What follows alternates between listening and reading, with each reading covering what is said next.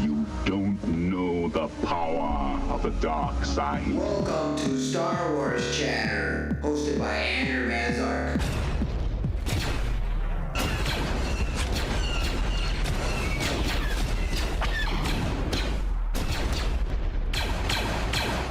Now you're losing your power. Welcome to the Star Wars Chatter, hosted by Andrew Van Zark, where we discuss Star Wars news, or updates, or my casual thoughts, while we listen to music in between. I'm a musician, music producer, and a radio host. Hope you get to enjoy the show of Star Wars Chatter. So let's get our first song here on the Star Wars Chatter show, and this one's called Dark Matter by yours truly, Andrew Van Zark, from the album The Saga. Let's go. Now you're losing your power.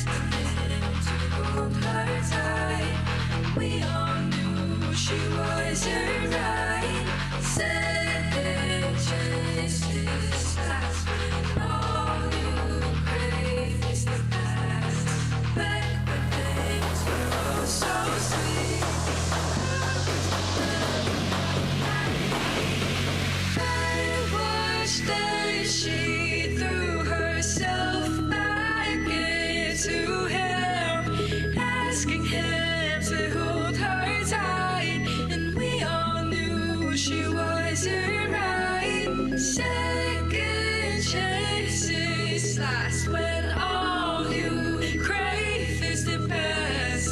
Back when things were oh so sweet, and her words would never cut that deep.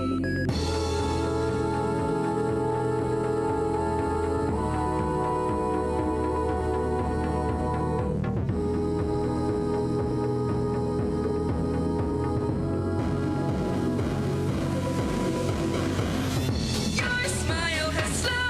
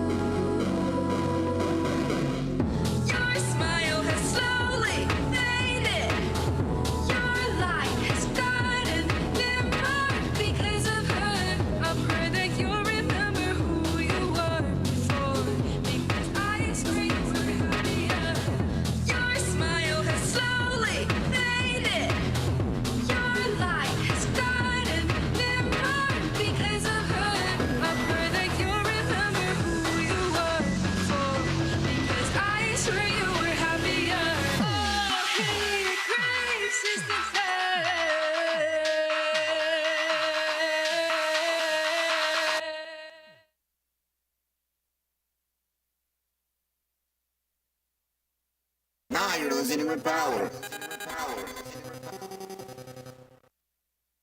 Welcome to the Star Wars Chatter, where we discuss Star Wars news, updates, my casual thoughts, and we listen to awesome music in between, like a radio station.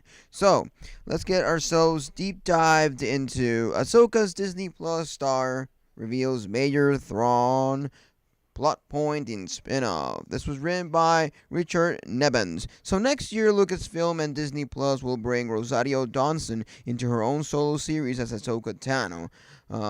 And what do you think about this? What do you think that was that going to bring into the story of Star Wars? You can chat down below, and I'll be glad to respond live to your comments here on the show. So this is the reason why we do this, to entertain you all, but at the same time give you awesome information so you can continue with all the good stuff that relates to music and Star Wars.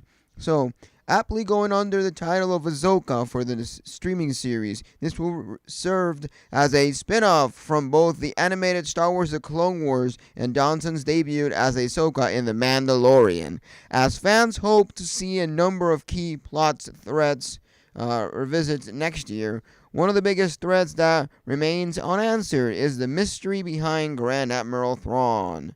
And Admiral Thrawn is one of the coolest officers that has been seen throughout the fans ever since his debut on Star Wars.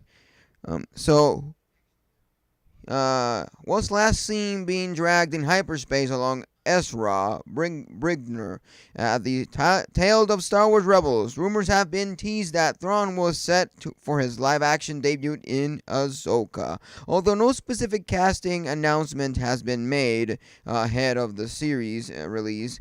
With no plot details confirmed for Ahsoka as filming continues to move forward, Thrawn remains one of the fans' biggest questions, especially with his absence in the story since his last appearance in Rebels. Thankfully, in his last public appearance, starring actress Rosario Dawson seemed to answer some of the questions when asked about the villain's place in this story.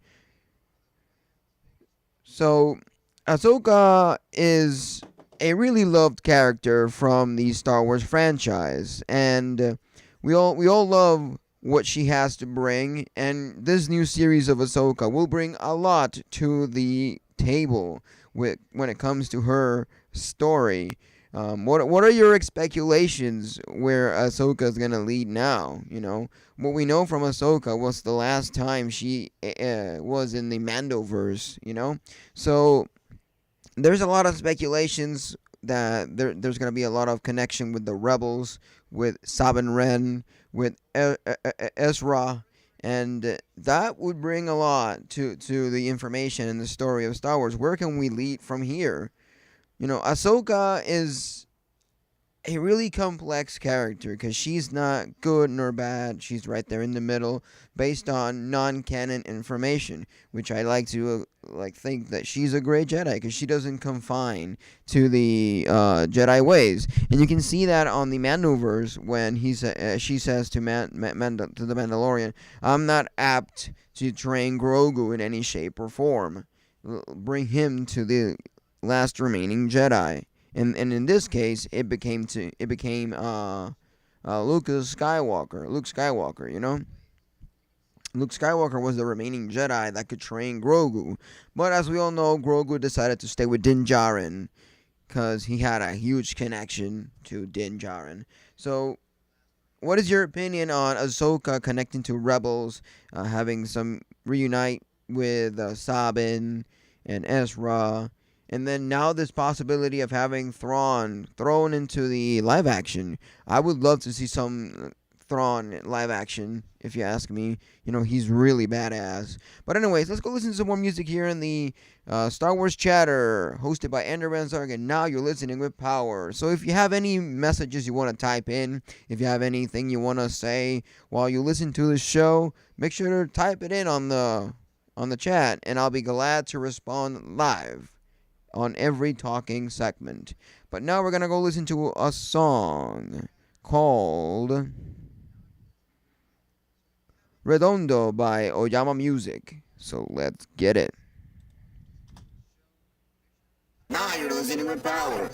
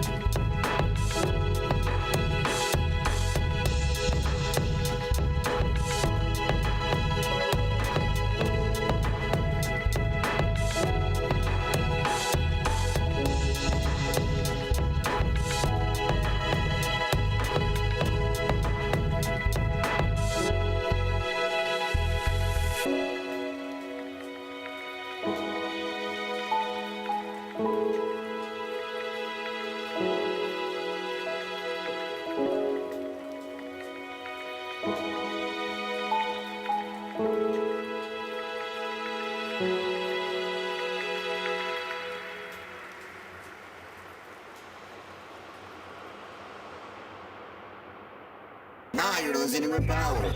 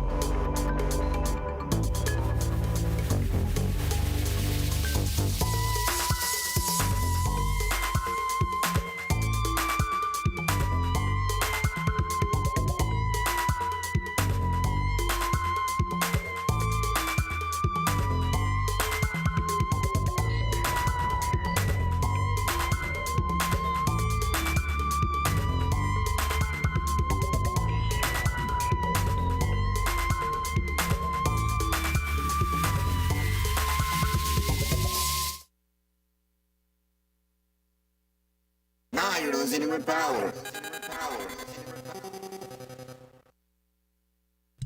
We were listening to my Floating Like an Astronaut song from the album Strobe. So, turns out that when they first released the first teaser of The Mandalorian Season 3 on the Star Wars Celebration, there was some hype from a star, and you'll be amazed. So, if you have any messages you want to say, leave it on the comments down below. If you saw the trailer from that leaked video, or if you have any other theories you can throw in from the season 3 of Mandalorian, make sure to leave it down in the comments down below. So, the Mandalorian season 3 first teaser was officially released at Celebration, except it was exclusively shown to attendees of that specific panel, and it was not yet been released publicly. One of the burning questions that may Star Wars fans have when it comes to The Mandalorian is what the future holds to The Mandalorian and Giancarlo Esposito's Moff Gideon. The character was defeated in a one-on-one duel by Mando at the end of Season 2, and it's appeared as though he was taken into custody by the New Republic. The ruthless leader was featured in the teaser from Celebration, but rumors have suggested that he will play some sort of role in the upcoming season and may even don a Mandalorian helmet. Esposito recently teased that his presence could be felt sooner than later. In an interview that took place at Thomas J. Harrison's Superhero Car Show and Comic-Con over the weekend via Countdown City Geeks, Moff Gideon actor Giancarlo Esposito was asked about returning to The Mandalorian and how likely it is for fans to get to see him in the role again. When asked about the chances of Moff Gideon appearing again in the future in The Mandalorian, Esposito replied by saying the chances are high. The actor went on then teased just how good Season 3 of The Mandalorian show will be, claiming that this is off the chain and will be told to the audience and viewers will be amazed when they finally get to see it. So, quoting here, I got to tell you, just to share something with you without spoiling anything, that Season 3 of The Mandalorian is off the chain. You'll be amazed. And, so we asked ourselves, how does Moff Gideon play into Season 3 of The Mandalorian? So at the end of The Mandalorian Season 2, Jaina Cara Dune stopped Moff Gideon from taking his own life and instead took him into custody to answer for his crimes. That was the last time that viewers saw the character, and the Book of Boba Fett didn't reveal anything about his fate or if he was still being held captive. However, it must be assumed that he was executed, or Esposito could be so confident that he would be returning in the future. If anything, it means that somehow he escaped from the Republic. Oh no. As my friend C-3PO would say.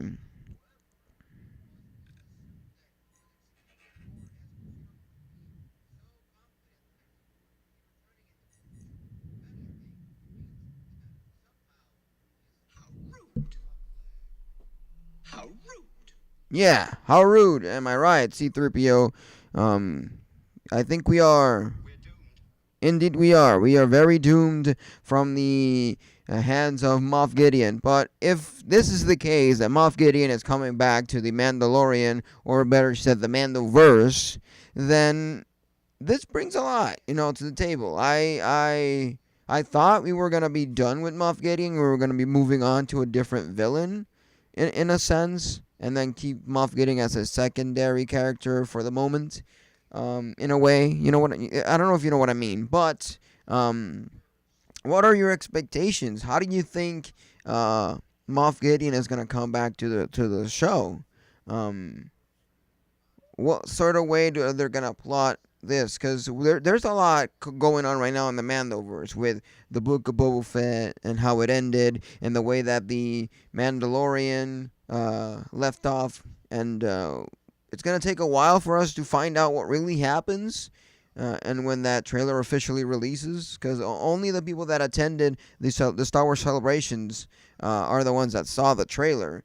And sure, there was a leaked one, but sometimes leaked trailers or leaked information tend to be switched or changed in a bit so that we can have the official thing. Because sometimes, and this is just my theory, I think that leaked information, I'm doing quotations here, leaked information or leaked trailers usually are just some half of the information, half of the thing, just so that we can get hyped even more. Oh no, they just leaked out something. And then when you find out that it's not the case, you're like, How rude. so it becomes a thing, that I think that, like I said, most leaked information is not the whole thing. It's not the concrete idea of what they were expecting us to experience. So, like I said, I think it's just to hype us a bit more. So, anyways, if you have any ideas or any thoughts on how Moff Gideon is coming back to the Mandalorian or the Mandoverse in general, let me know in the comments down below. And like I said, I'll be glad to read your comments on the show and discuss them, enhance a little bit from what you get to say, because your contribution is good for the show. And the more you guys talk, the more you guys listen, and the more you guys enjoy the information and the music, the more times and fun we're going to have here on the Star Wars Chatter radio show. So let's get it. We're going to listen to some more music here. And we are going to listen to Love by Kaija. So let's get it. Now you're listening with power.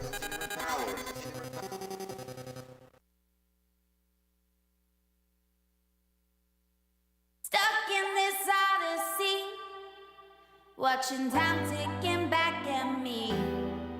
We've got lost in this galaxy, on a cloud where our hearts are free. Stuck in this odyssey, watching time ticking back at me. We've got lost in this galaxy, on a cloud where our hearts are free. Stuck in this odyssey, watching time ticking back at me. We've got lost in this galaxy, on a cloud where our hearts are free. Wasting my time with you, but I like it too.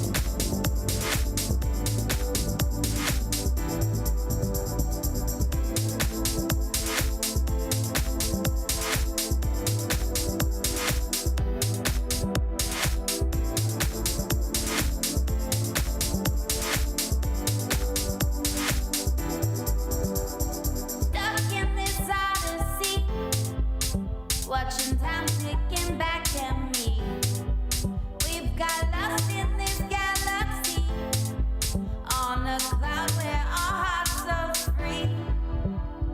Stuck in this odyssey, watching time ticking back at me. We've got lost in this galaxy, on a cloud where our hearts are free. Stuck in this odyssey, watching time ticking back at me. We've got lost in this galaxy, on a cloud where our hearts are free. Wasting my time with you, but I like it too. I'm wasting away, it's true, but I like wasting time with you. Wasting my time with you, but I like it too. I'm wasting away, it's true, but I like wasting time with you. Stuck in this odyssey, watching time ticking back at me. We've got lost in this galaxy, on a cloud where our hearts are free. Wasting my time with you, but I like it too. We've got wasting away, it's true, but I like wasting time with you.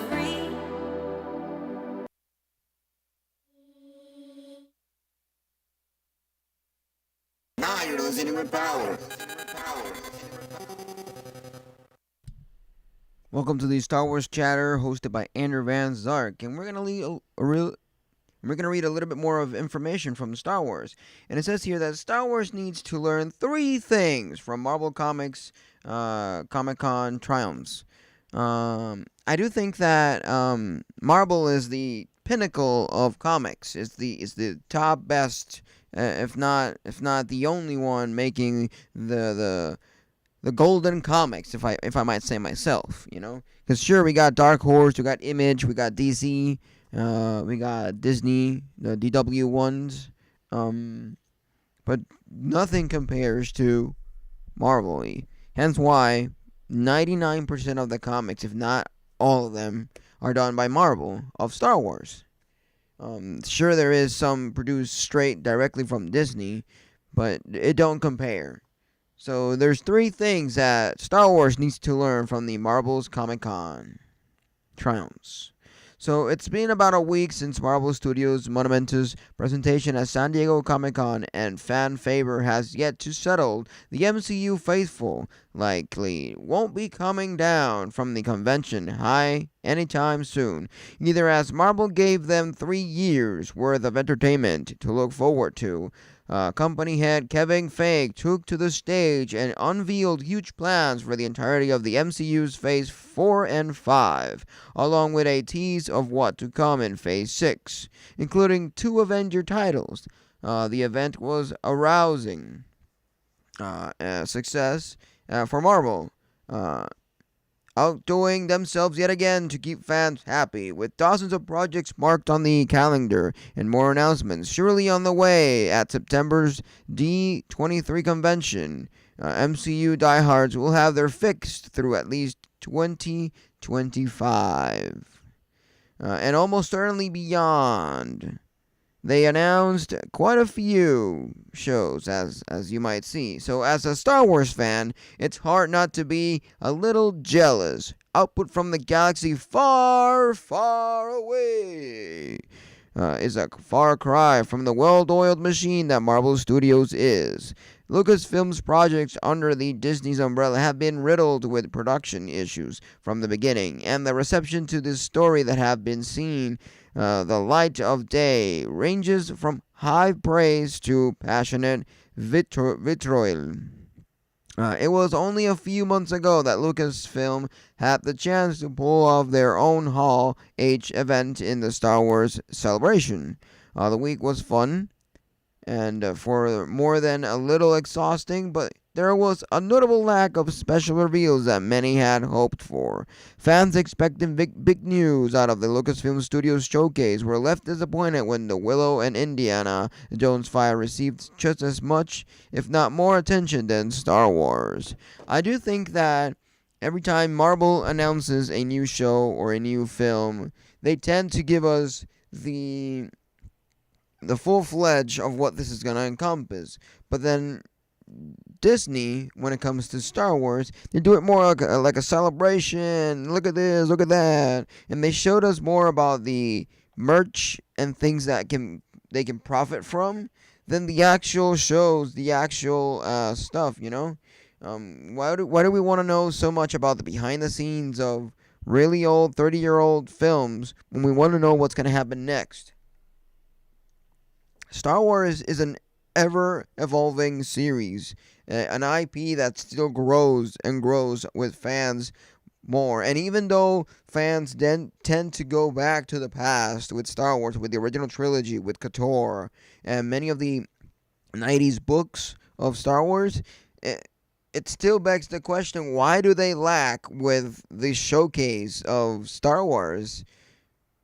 Look, if you learn from other releases like Marvel, like any other franchise that airs their stuff on Comic-Con and showcase it, they tend to showcase more of the actual production than what the all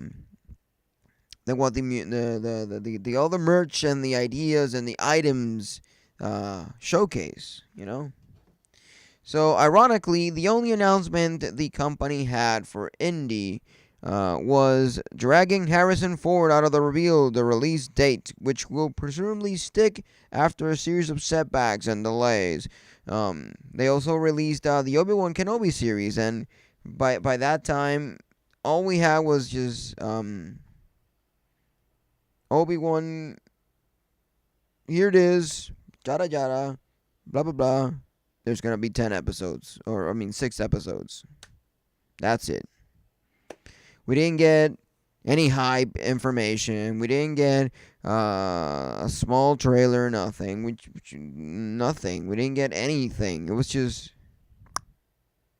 McGregor right there in the middle.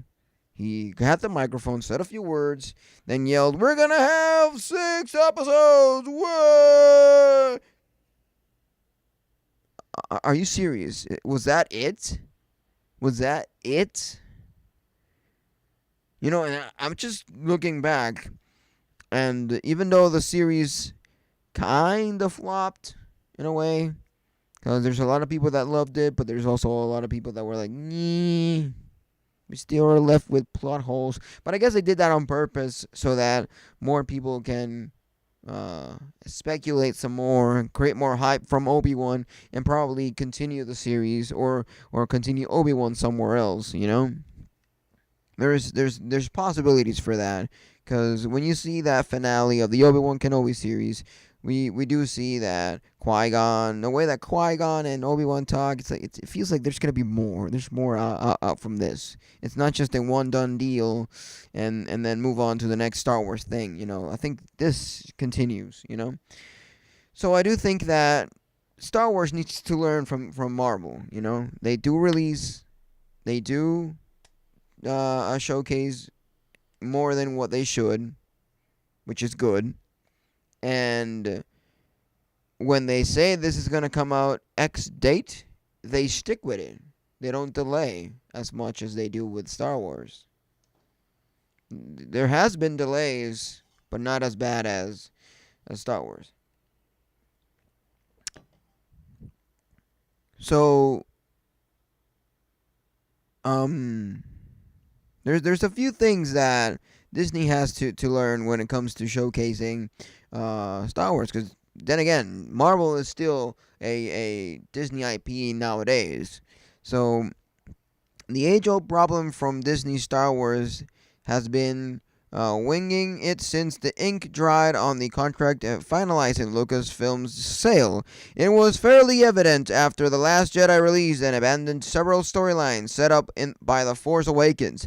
For those convinced it became blatantly obvious when The Rise of Skywalker steered away from its predecessor and reconned the entire saga. If that evidence wasn't enough, J.J. Abrams' admission that lack of plan was the strong approach for the sequel trilogy and puts the nail in the coffin, if you ask me. While it is unfortunate that Abrams, in his infinite wisdom, can go back in time and work with Rian Johnson and the unfired Colin Trevorrow to map out the trilogy before filming a single frame of the episode 7, conceivably Lucasfilms would learn from the mistakes and forget the unfathomable story and character decisions made across the trilogy. I do think that the trilogy, the second trilogy, is not the best. But come on, why do people just flop it like it's the worst thing ever? It's not the worst, but it's not the best, you know. Sure, I myself as a fan, and I am pretty relevant when it comes to the Star Wars franchise in terms of the modern age of Star Wars. So I do have quite good connection with it. But for some reason, even though I grew up with the prequels, I tend to like the original trilogy a bit more. It's something that resonates with me a bit more, and the old games of Star Wars. So it flopped in a way, but not as bad as people say. Because I can watch Rogue One, I can watch The Last Jedi, I can watch Han Solo's story, and I still have equal amounts of fun when I see Empire Strikes Back, New Hope, Return of the Jedi. It's equally the same amount of fun. So, sure. So, like I said, Disney should learn when they're showcasing Star Wars, showcase what the fans want. And it's more future showcase of Star Wars, not the knickknacks that doesn't really do any difference to the IP of Star Wars. They're just merch for other people to buy so that Disney can get even more rich than what they are. Do they need any more money? No. What they need is more story.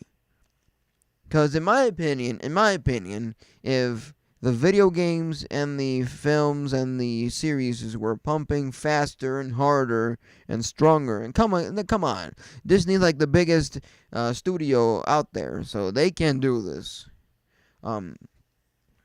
They throw us that out there more, the video games, the series and the films, and the books, more often than not, then we would have more connection with Star Wars, get new people into Star Wars, and then by that time, grow the fandom even more. When you have more fans, you have more money on your pocket because there's going to be more people consuming it.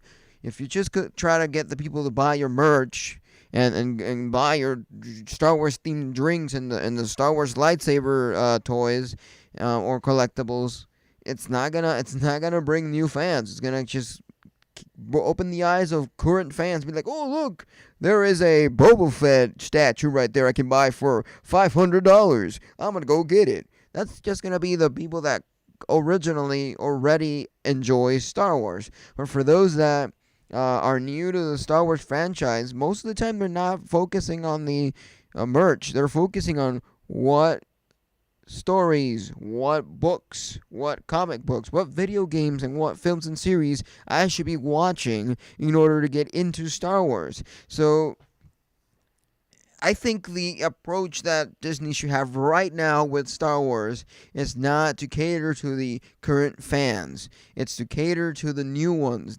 possibly new fans. That's what we should be catering to. Because you can see that clearly with Marvel. Marvel does that pretty good. Brings new people to the table. And sure, we can say that the last film of Thor, Love and Thunder, was like, meh, whatever.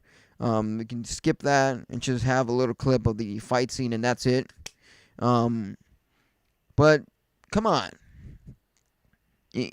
that's what we got to do. And if you think otherwise, they're in the chat. For those of you listening to the radio show, whether on Twitch or on YouTube, let me know. Let me know. What do you think should be Disney's strategy when showcasing new stuff from Star Wars compared to Marvel? You know, should we be catering to the current fans, or should we be catering to the new fans, or both? I think for now we should be catering more to the new fans, because current fans are still gonna consume Star Wars related content. They still will, but hear me out. If we cater to new fans, it'll grow the Star Wars fandom, and by that means that more people are going to subscribe to Disney Plus to watch more Star Wars. They're going to consume the old stuff, the new stuff, and the behind the scenes clips and whatnot. They're going to consume everything because they haven't seen anything of Star Wars. I know a few people that haven't seen Star Wars ever in their life, and they would like to watch it, but or people that only have seen the old stuff, and when they see the new stuff, they're like, too much information to grasp, because they didn't invest too much time on the old ones. And I think we should, like I said, cater to the new fans, cater to the new people that are interested into Star Wars. That's what I think we should be doing as of now. So anyways, for those of you in the chat, give me your opinions. What should Disney do when they're going to showcase new stuff from Star Wars? What do you think is making them flop in a way compared to Marvel? You know, Marvel never flops when it comes to like hyping their community. But when it comes to Star Wars, we do have a little give or take with hyping the community. The sense of community has slightly been lost in a way with Star Wars. With Marvel, it's still apparent. I go to any stream and anyone knows what Marvel is in terms of, deep dive. Anyone can tell me who the hell Thor is, where he came from, or what he stands for, or whatnot. Anyone can tell me that. But when it comes to Star Wars and you say Luke Skywalker, they're like, the hero, I guess? I don't know. I haven't seen Star Wars as much as farther than A New Hope. And I'm like, okay, I see how it is. We're not hyping the community as much. Only humongous nerds are the ones that watch. And I can say it with clearly because I am a humongous nerd. So, it is what it is, it is what it is. So anyways, let's continue listening to some more music here on the Andrew Van Zark Show, called the Star Wars Chatter. So let's get it. We're going to listen to Aria and Jeffrey's theme from my album, Sound of Ink. And this album came from a D&D session that a friend of mine had some friends that were doing a D&D session, and they commissioned me and paid me to make songs to their characters and the scenes that were happening around those characters. So let's go get it. Arias and Jeffrey's theme. Now you're listening with power.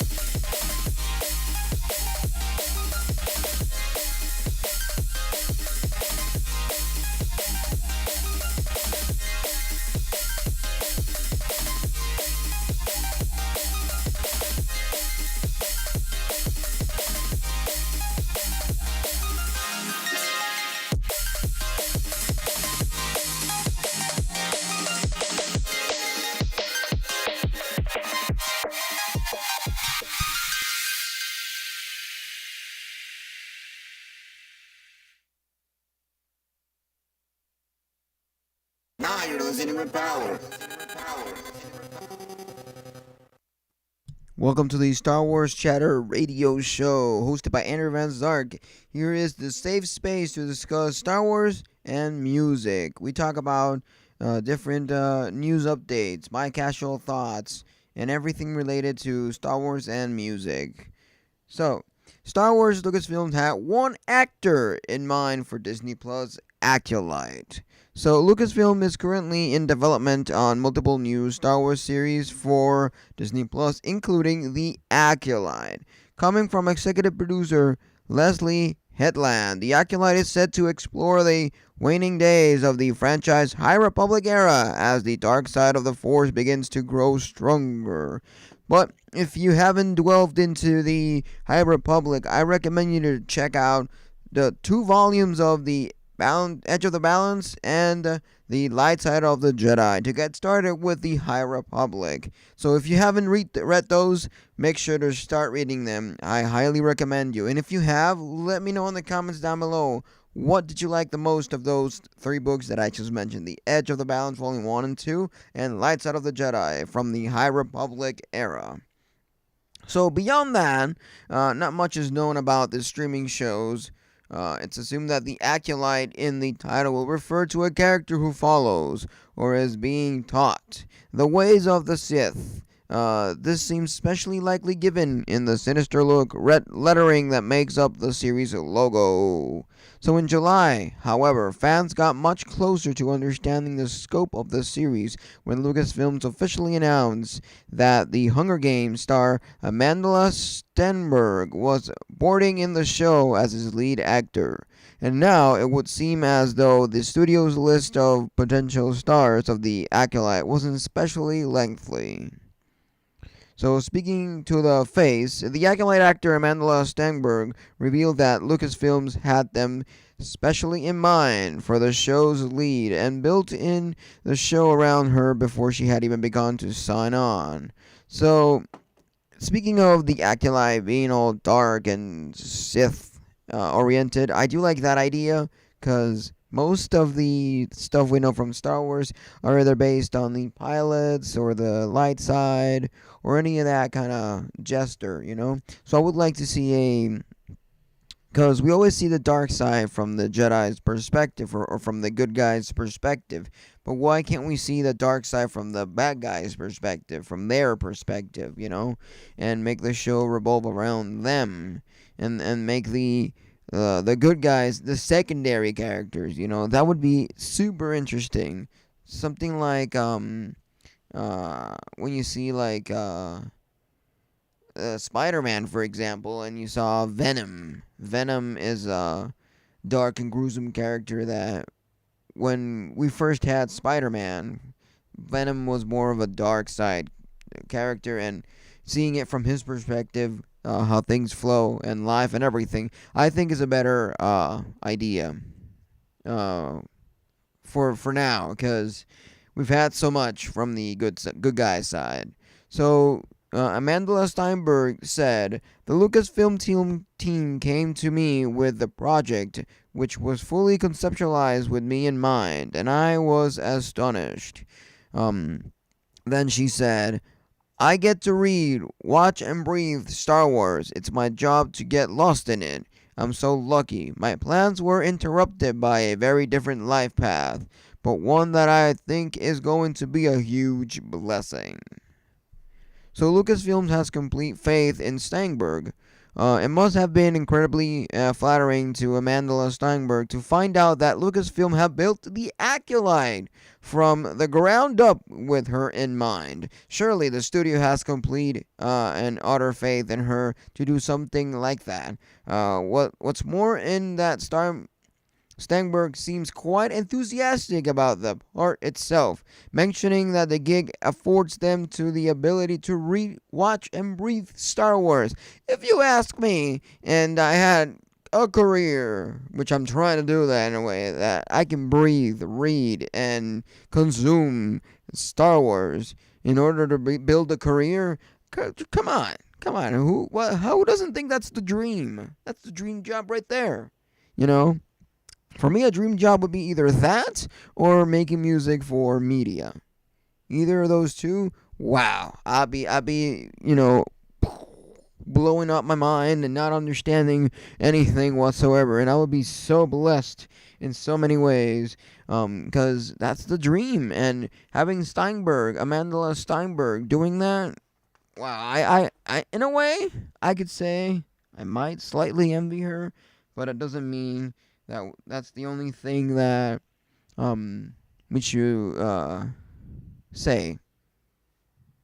Because it's amazing how they build up a whole series based on one actor.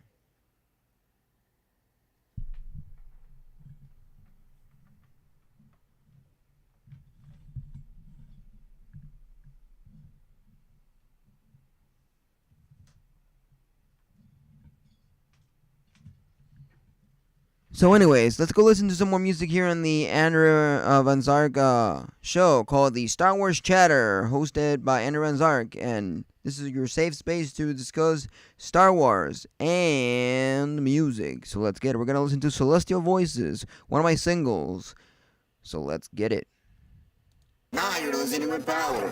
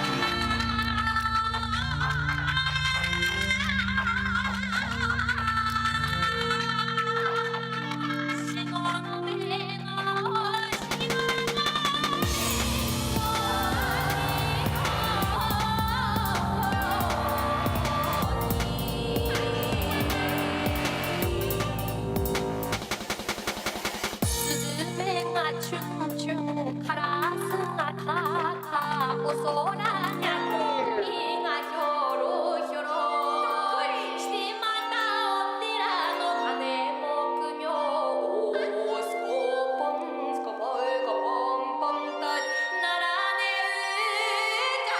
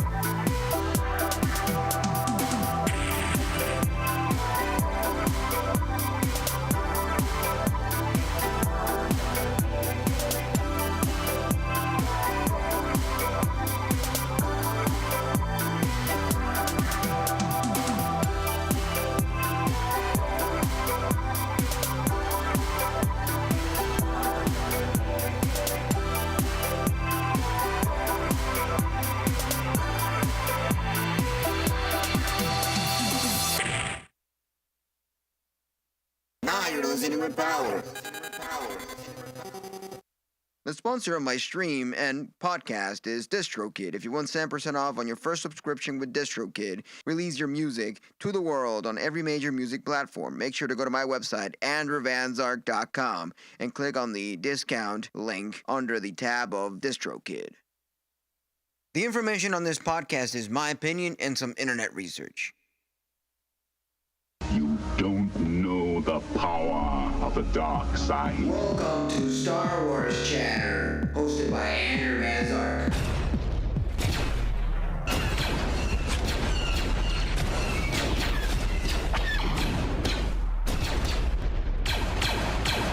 Now you're listening with power. Hello, and welcome to the Star Wars Chatter radio show. Now let's continue talking about some more Star Wars news. It is 4 p.m. here in Puerto Rico. I want you to comment down below from where are you tuning in and where you're listening to the radio show of the Star Wars Chatter, your safe space of discussing Star Wars and music. So Star Wars reveal when new Disney Plus announcements are coming. So, the year 2022 has been huge for Star Wars in terms of content due to the Book of Boba Fett and Obi-Wan Kenobi. But the best part is that it's not over yet. Lucasfilm's next live-action project is the 12th episode Season 1 of Andor, which has been delayed to September, and starring Diego Luna, which is expected to be followed by the animated anthology Star Wars Tales Jedi and the second season of Star Wars The Bad Batch. Still, despite this bounty of new content, fans still have questions about 2023 upcoming Disney's slate, especially since no Star Wars films are on the immediate horizon. But 2022 isn't just a huge year for new shows and premieres. It's also a massive year for announcements. So, Star Wars is in a way in a void right now, in this blank void. Sure, we had the summer vacation special from the Lego Star Wars, and we did have Light and Magic, but in a way, we're in a void. We're getting delayed from August 31st to September. And we need more Star Wars content, if you ask me. Marvel gets pumped fairly often, but Star Wars sometimes just flows in a weird way. So all this hype started from The Mandalorian. And from that point on, we've been having awesome shows, awesome short films, little short animations like the Bleak Tales, Lego specials, and so on and so forth. More than what we usually used to have on traditional Disney channels like Disney XD. So I do think that we're heading to a good direction with Star Wars. We just can't lose the momentum. We can't. Because if we lose the momentum, people might be like, just like what happened with Marvel in a way.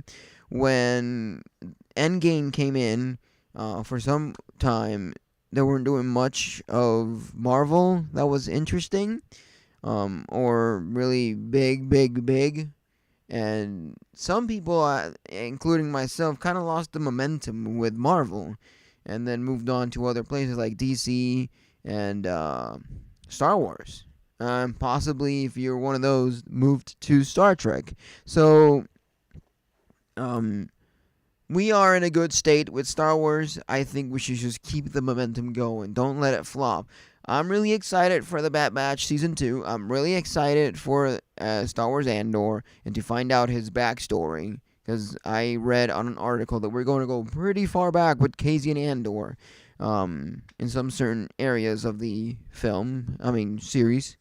So I'm really excited for that. So the thing is here that 2022 isn't a huge year for shows and premieres. It's also a massive year for announcements. And now, on the heels of May, the Star Wars Celebration on July, and San Diego Comic-Con, Lucasfilms just revealed when fans can expect the next round of reveals ahead of Disney's D23 Expo in September. And everyone here listening to the radio show, say hello to Arthur, the one and only, my cousin, the one that plays the awesome